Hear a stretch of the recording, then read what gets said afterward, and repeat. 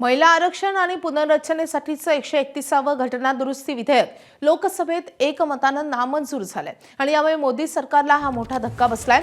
12 वर्षातला मोदी सरकारचा हा पहिलाच पराभव आहे।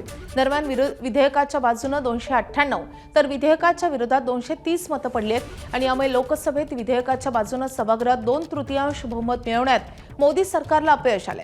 सभागृहात एकूण 528 खासदारांनी मतदान केले आणि त्यामुळे विधेयकाच्या मंजुरीसाठी आवश्यक असणारी आणखी 54 मतं मिळवण्यात सरकारला अपयश आले। दरम्यान 131व्या घटना दुरुस्ती विधेयकाला मंजूर करून घेण्यात अपयश आल्यानंतर केंद्र सरकारने इतर 2 विधेयकं पटलावर मांडण्याआधीच मागे घेतली आहेत।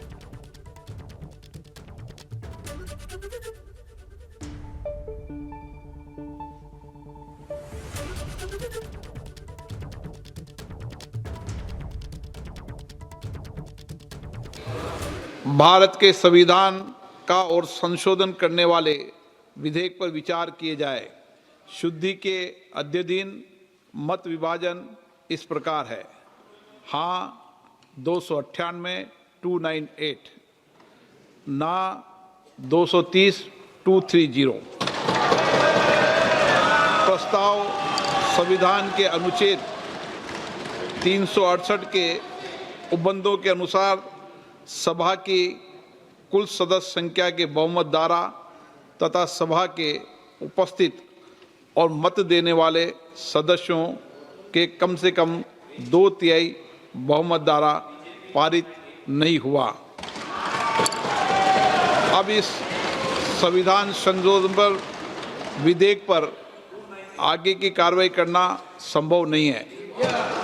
अतः संघ राज्य क्षेत्र विधि संशोधन विधेयक 2026 तथा परिसीमन विधेयक 2026 के संबंध में आगे की कार्रवाई पर निर्णय लेना है। तर लोकसभेत महिला आरक्षण विधेयकावर मतदान झालं त्यावेळची आकडेवारी काय होती ते पाहूयात। तर एकूण मतदान झालेलं आहे 528 खासदारांचं। तर विधेयकाच्या बाजूने मतं पडली 298, 230 मतं विधेयकाच्या विरोधात पडलेली आहेत। मॅजिक फिगर होती 352 ही फिगर गाठण्यात सरकारला अपयश आलेलं आहे। विधेयक 54 मतांनी नामंजूर झालंय।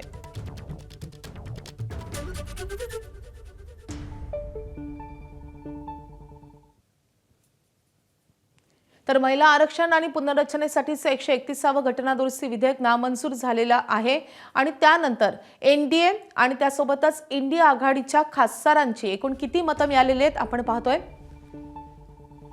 तर एनडीएच्या खासदारांची एकूण मतं होती 293 आणि मिळालेली मतं आहेत 298। अधिकची त्यांना 5 मतं मिळालेली आहेत। इंडिया आघाडीची एकूण मतं होती 235, मिळालेली मतं आहेत 230, 5 मतं घटलेली आहेत। तर हे 5 खासदार नेमके कोण हे पाहणे तितकंच महत्त्वाचं असेल।